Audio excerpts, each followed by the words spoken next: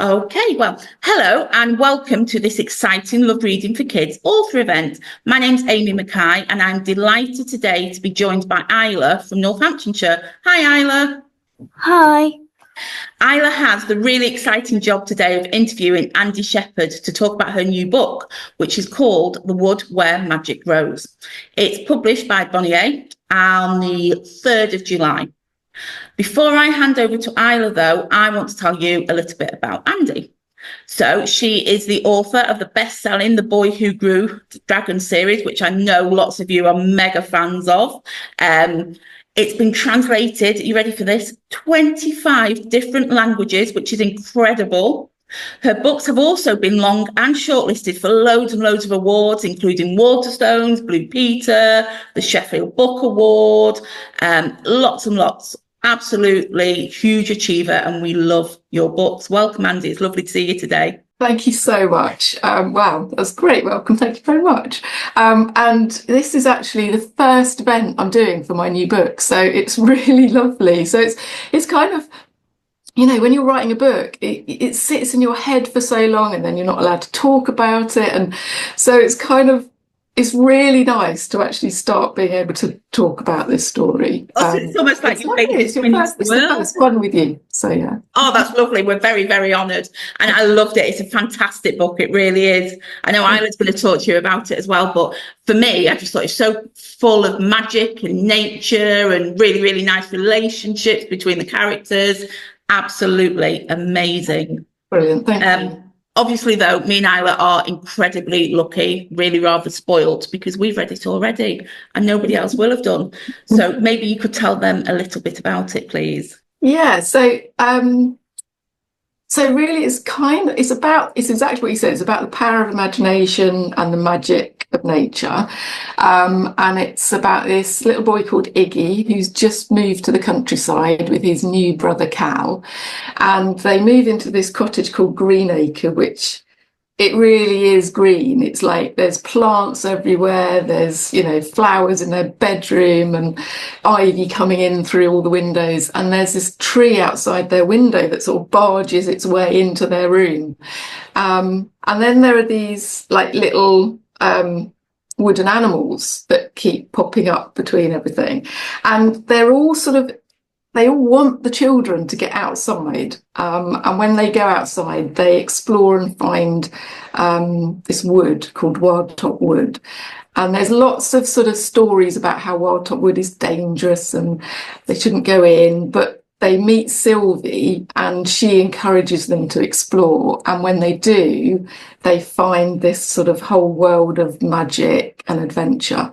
But there is a very sort of deep secret at the heart of the wood, and they need to find out what it is that the trees are trying to tell them. Excellent, thank you. That was a lovely description. It is a beautiful book. I'm so excited for the students I work with and lots of other young people to read it as well. Do you think you could give us a short reading before we hand over to Isla? I'd love to, yeah. So I'll just read the very beginning, which is sort of like the little introduction before we get to chapter 1. Have you ever looked at a tree and seen a face staring back?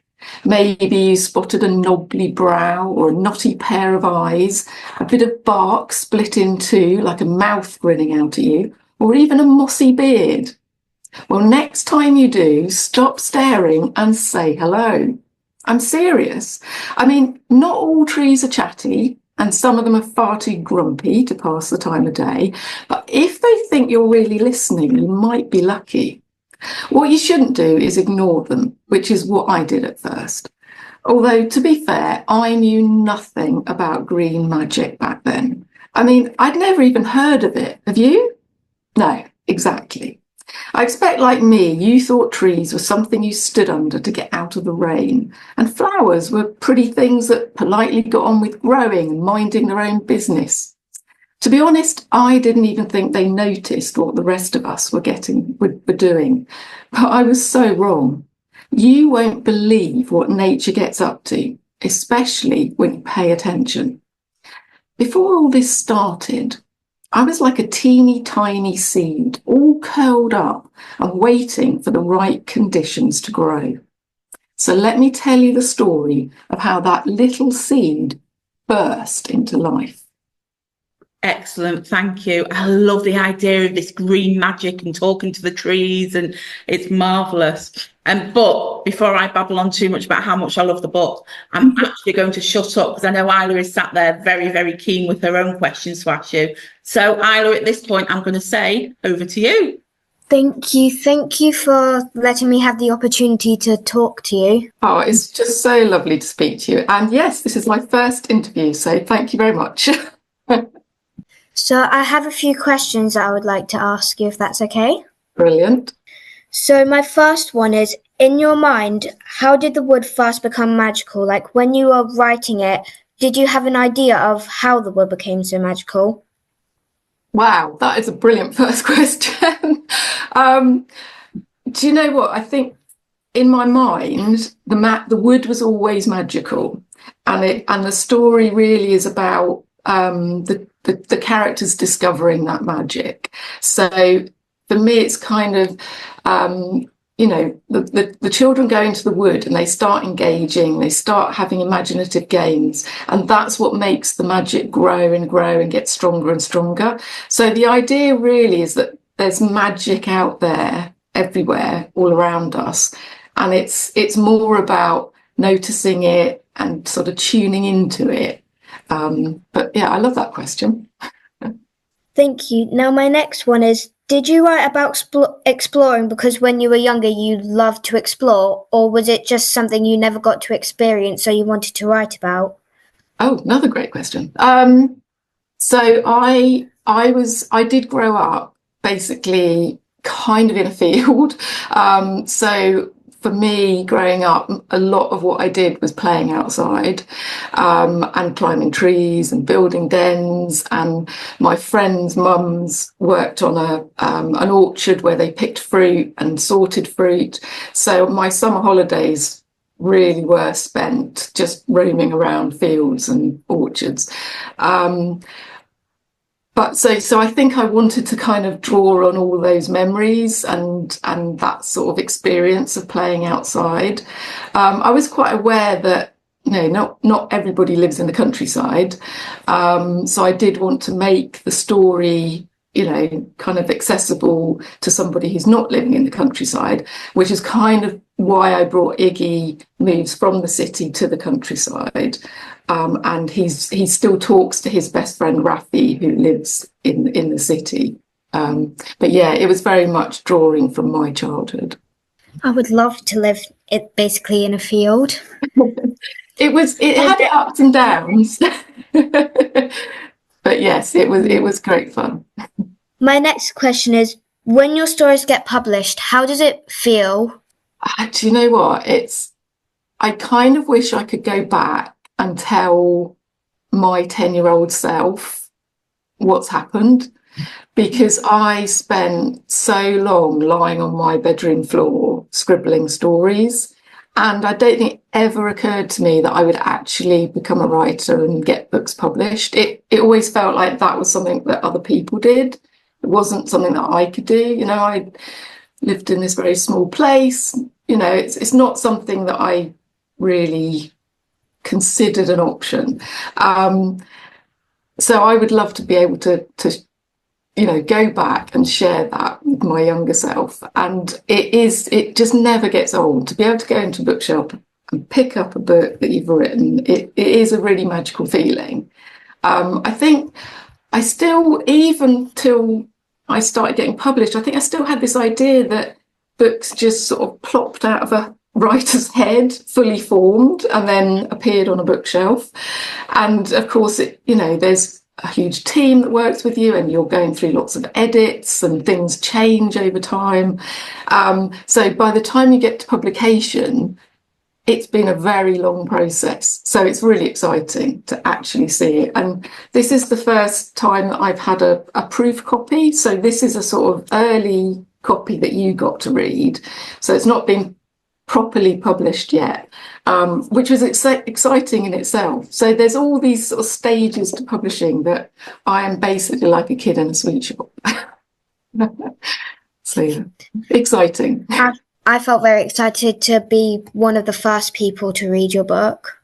Oh, thank you. Well, I shall have to send you a signed copy. When it properly comes out, I'll send you a signed copy. Thank you.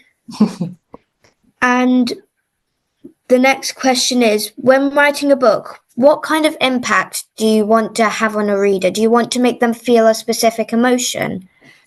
I definitely want them to feel something. I think, the books that I love writing are the ones that conjure an atmosphere, that are kind of quite focused on the characters more, as much as what they're doing. I really, I love creating those relationships, and I hope that readers will kind of relate to the characters, and maybe, for me, when I'm reading, it's that experience of I'm not the only one thinking this or feeling this.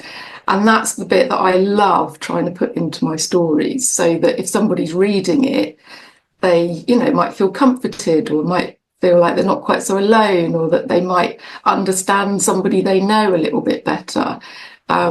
So yeah, I guess it's very much about the heart and the feeling for me with stories. I've always loved exploring, so I really connected to this book. Oh, fantastic. I'm so pleased. And my last question is, do you have like a favourite book? Oh my goodness, this is my hardest question. I'm really bad at favourites. Because I have favourites from different times. Like, I have favourites from when I was a kid, and then when I got older, and like I loved Flat Stanley when I was about 7. I think, that idea of something magical happening in a ordinary world, that's the kind of story that I really loved. Mrs. Pepperpot, it was all just normal things happening, and then something magical would happen. So a lot of the books I'm drawn to are a bit like that. But I'm just really bad at favourites. I have favourite authors that I can't wait for their next book to come out. But yeah, trying to think of a favourite, because I just have too many. I love illustrated books. So a lot of my favourites tend to be picture books and younger series that have really beautiful illustrations. Yeah, that's not a very good answer, but I'm really bad at favourites. It's a very hard question, that one, though. Thank you, Isla. They were amazing questions, and that was so nice for my first interview, so thank you. Thank you. Do you have any favourite books, Isla? I really like books like diary entry books. Yeah. But right now I think one of my favourite books is The Magic Faraway Tree.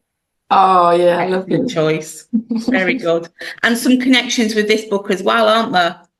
That's why I love this book so much, because it's a lot like The Magic Faraway Tree. Oh, thank you. That's very high praise indeed. High praise, definitely. And just before I start asking Andy some questions, you asked Andy if she'd always wanted to be a writer. I need to know now, have you always wanted to be a presenter and an interviewer? Because you're very good at it. Thank you.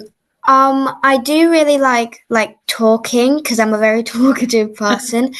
I think when I'm older, I'd like to be someone who talks in front of a crowd or something and tries to influence people. Excellent. Well, I think you definitely need to go ahead with that ambition, because you're marvellous at it already. Yeah, they were brilliant questions. Thank you. Well, I'm going to ask Andy some questions now, but if there's anything else you want to chip in with as well, please feel free to, okay? Yeah. Fab. So after all of Isla's really, really good questions, I'm actually going to embarrass myself now and ask you the most obvious question I can think of. And that is, of course, have you ever looked at a tree and found a face staring back at you? Oh my, so many times. Honestly, I think I've always done it. I think I'm one of those people that just sees faces everywhere. So like in clouds and wallpaper, I think we're designed to see faces, but I do, I've always seen or looked for faces in trees. But since starting the story, I've sort of consciously kept taken photographs and things. So I have got a few that I can show you. Oh, yeah. So I hope these show up okay. Can you? I can't see this very well. Yes, no, that looks good. Oh, can you see the face in that? So we've got Yeah. 2 eyes and a little smiley face. I think it looks like an owl's face. Yeah, and I just think it's very cheeky and very kind of happy, and I just think if you sort of walked past, it would just be trying to get your attention. And then you go to the other extreme, and this one is in a local National Trust place that we go to, and it just looks like he's screaming. I just think, what on earth has alarmed this poor tree so much that it's letting out this terrible shriek? And then, you know, like there's a tree just sort of down the road from me, and it just looks a bit, it's a bit cross, like, and there's a little row of them, and I always sort of walk past feeling like, oh no, what have I done? So yeah, I love looking for faces, and I've just found loads, so I'm looking forward to sharing them. And I love that you're going to become the tree face lady everywhere you go. I know. Things that you never expect to happen when you write a book. I know. That's fabulous. Well, from dragon lady to tree lady. Well, yeah.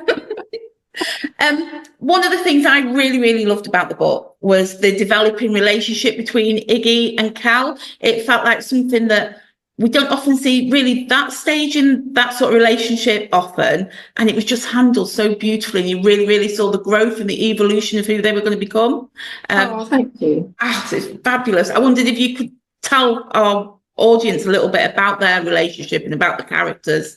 Yeah, sure. So Iggy's, you know, he's quite a sensitive soul, and he really wants to be a good big brother. So Iggy and his mum and Cal and his dad have their parents have only just sort of quite recently got together, and they've all moved as a 4 to this new cottage in the country. And Cal is just over the moon to have a big brother. He's, you know, he sort of bounces everywhere. He wears a tiger onesie, so he sort of channels Tigger. And Iggy is, you know, he really cares about wanting to be this big brother, but he's really worried. He just thinks he keeps getting it wrong. And I just wanted to try and sort of show that it's not really what he's doing. It's, you know, well, I won't give it away, but there's, you know, by the end of the story, he's kind of learned what it is that he needs to be a good big brother. And I just love, I love the energy of Cal, you know. It's like there are some characters that are just so much fun to write. You know, in the Dragon books, I always loved writing Lolly because, you know, she would just burst onto the page and I never quite knew what she was going to do. And it's so funny because people sort of go, well, you know, she's in your head, right? You do know what she's going to do. And I'm like, well, no, because she's a bit of a live wire. And I think that's how I thought of the energy of Cal as well. And so I'm really pleased that it came across well, because I really did love just watching them grow through the story.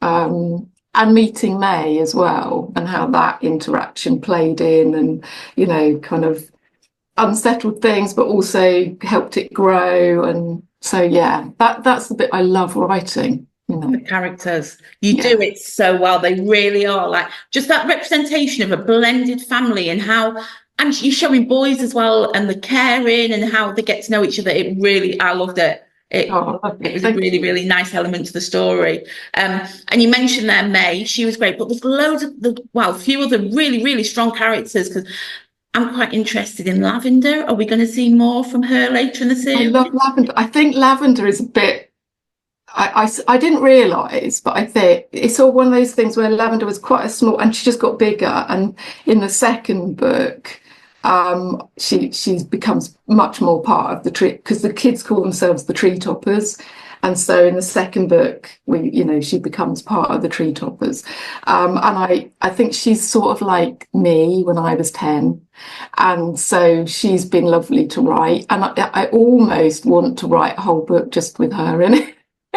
So I might do that one day. She's brilliant. There's a scene in the book where she's hanging upside down on the playground with a knee, and she was just one of those characters almost sometimes. where you're looking into the book. It's not just that you're reading the words, you're actually watching this film in front of your head. And I was thinking to myself and watching her and thinking, oh, I really want to know more about her. Yeah, well, that's how I felt when she sort of turned up in the story. I was like, oh, I almost wanted to I couldn't because of the way the story was. But it was almost like, I want to get her in more. But that's why I think it's so nice writing a series, because you can develop the characters, you can see where they take you, and then, I hope I get to write more, and who knows what will happen with the characters then. So we're going to get to know them better and their development. Yeah. I'm really excited to have written them, to grab so much in the first place, and then knowing that we're going to get to know them so well. As a reader, I think that's a marvellous thing. Oh, brilliant. One of the other things that I suppose really helps the characters come to life, of course, are the illustrations, because you work with Ellie Snowden, and her illustrations are just so much full of fun. I wondered if you could talk to us about your working relationship with her and how it feels to have your words brought to life. Well, I mean, I said earlier, I'm such a picture person. I can't draw, but I visualize things, and I've always loved illustrated fiction. So, and for me, a lot of my childhood books, the ones that really stayed with me are the ones with those amazing illustrations. So I've been really lucky to work with the illustrators I have. And when Nick at Piccadilly recommended that we look at Ellie Snowden, and I looked at her work, I was just like, you've nailed it. You've absolutely nailed it, because she can do people and human and animals, which is, not everybody can. She was really open to, kind of finding out about the characters and the story, because there are some things that that need to be in the illustrations, because even if they're not written in the book, they exist in the story that I might then go on to develop. So there are certain things that you have a brief on characters, or but then you just get this magical, this whole other level of stuff that comes with working with an illustrator who takes your words, and it's just brilliant. And one of the things I really wanted was trees, so not having like a face on a tree, but to have real character from elements of the tree making the faces. And she's so delivered on that. The trees are just magic. I mean, when you get to the grandmother tree, I got a bit teary seeing that picture, because it was everything and more that I would have wanted. So yeah, that's big shout out to Ellie. It must feel like magic when all of a sudden what you've had in your head is there on the paper. And yeah, and it does, I think pictures, it's more than it. They take the story, I don't know, for me, they elevate everything. They kind of, they're an instant portal. They just, they're accessible, they bring you in, but they can bring so much richness as well, and so much fun. I love all the little details that Ellie does. So in the kitchen where everything's going a bit haywire, is spotting all the little details that she's put in, and that's the joy of it. So yeah, she's totally delivered. She's done an amazing job. It's such a fun book to flick through, and yeah, loved it. You mentioned this a little bit when you were talking to Isla, talking about connecting with nature. The tree toppers, they all live in a village, and the wood's on the edge of the village, so it's really quite easy for them in some ways to have that access to the natural world. Yeah. But a lot of our audience won't have that as obviously. I wondered if you have any tips for them on how to still connect with nature if it's not right on your doorstep. Yeah, and I was really aware of that, because it's like, it's not, not everyone lives in the countryside. I can walk out my door and I'm in a field, but I've also lived in cities where that wasn't the case. And I didn't want it to feel like you can only access this magic if you live in some certain place, or that you have easy access to. And for me, even when I was right in the middle of a city, there was always a park, or, a kind of community garden, or little pockets of green that I kind of either stumbled upon, because sometimes they're really hidden away, or I would be walking a different way and I just noticed them. I think part of it is kind of making an active decision to notice them and find them. But I think one of the reasons I wanted to focus on trees was that, wherever we are, there are trees. There are very few places where you're not going to find a tree. And so it felt like even if you're somewhere where there isn't a lot of green space, there will be a tree. And that tree is a real, it's a little pocket of green magic right there.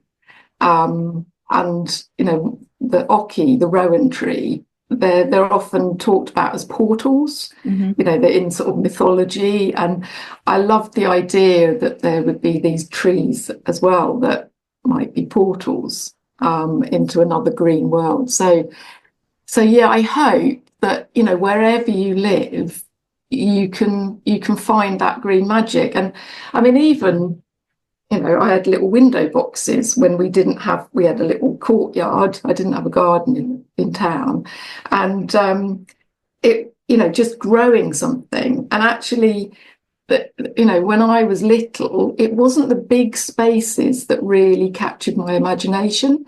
It was when my granddad gave me a tomato plant and I saw it starting to grow. And I was just like, this is unbelievable. Do you know what I mean? There was this moment of I had this tiny little thing and I put it in some dirt and it's now a thing. That to me was utter magic. And you don't need to live next to a wood or, with mountains or anything like that. I really feel like that is everywhere around us. So, yeah, thank you. Are you, or were you already, because I'm sure you are now, a tree expert and someone who could walk through the woods and say that's a that and that's a that? Or is I really wish. Do you know what? I think this is partly sort of, I was slightly worried that people would suddenly expect me to know all this. I don't, but I'm really enjoying learning. For me, and part of the reason of writing this book is that I didn't want it to be teachy about, we're learning about this tree and we're doing, it's about the experience of being around nature, and you don't need to know what kind of tree it is to enjoy sitting in it or climbing it, or, whatever it is. I've enjoyed the fact that, I now can identify a horse chestnut tree and a rowan tree. That's been really nice. But I've spent 50 years not knowing that and still loving trees, Yeah. So I hope that it will, encourage children to want to go out and meet trees. Whether you then take the next step and figure out what kind of tree they are, that's up to you. It's more about just getting to know them as characters, really. Yeah. That's the bit that exploring how fun it is to sit in a tree and sit under a tree and listen to the wind in the leaves and all of that, which I genuinely feel like that's where the magic is. Yeah, definitely. And that makes me feel better because my tree knowledge is, even when I try and remember what's what, I get so confused and I forget a day later. But yeah, it is to realise that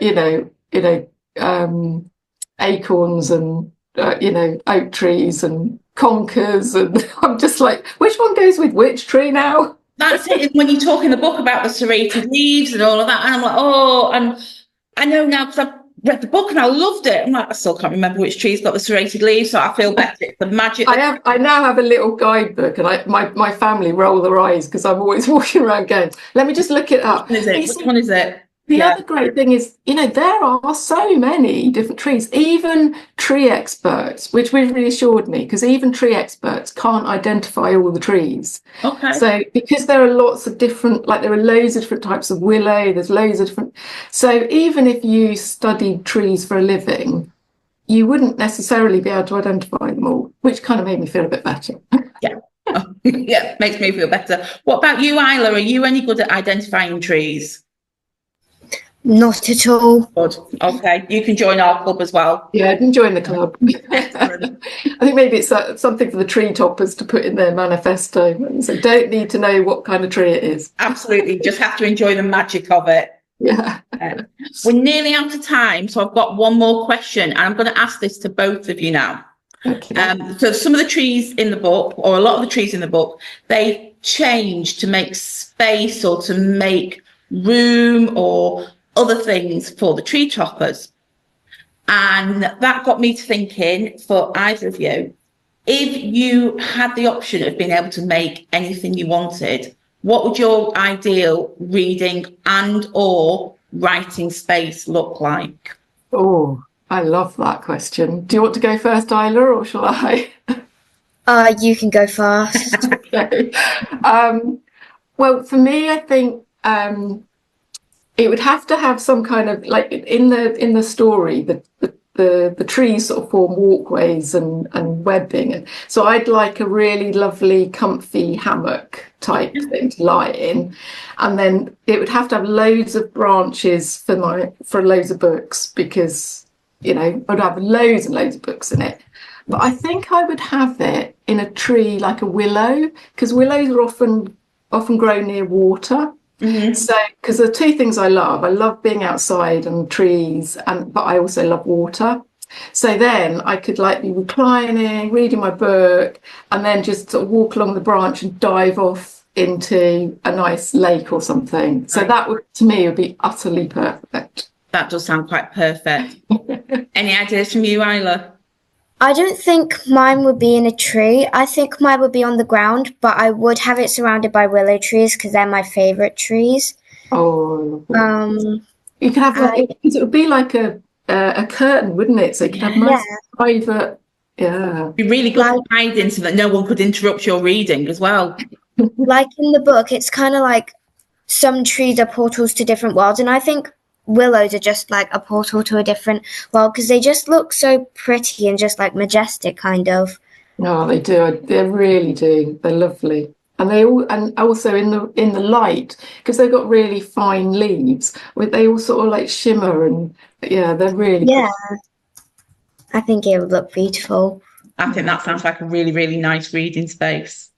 Yeah. Oh. Well, I think the three of us could probably talk about trees for at least another couple of hours, but sadly we are out of time. I can't believe how quickly that chat has gone. So thank you both so much for taking the time out to talk to me today. And Isla, your questions were fantastic. You've got a future as a presenter, I'm absolutely certain, or an influencer, or someone who talks in front of people. Definitely, absolutely, definitely. Thank you, because they were fantastic questions. They were just really interesting, and it was a lovely way to start talking about the book. So thank you. And Andy, thank you so much for the book. It's lovely. It's full of magic in the natural world. And I, for one, can't wait to start putting it into the hands of young people. Just to reiterate, it is published by Bonnier Books and on the 3rd of July. And it will, of course, be available on the Love Reading for Kids website. Brilliant. Thank you again, all. It's been lovely to talk to you. Thank you so much. Thank you. Bye. Bye.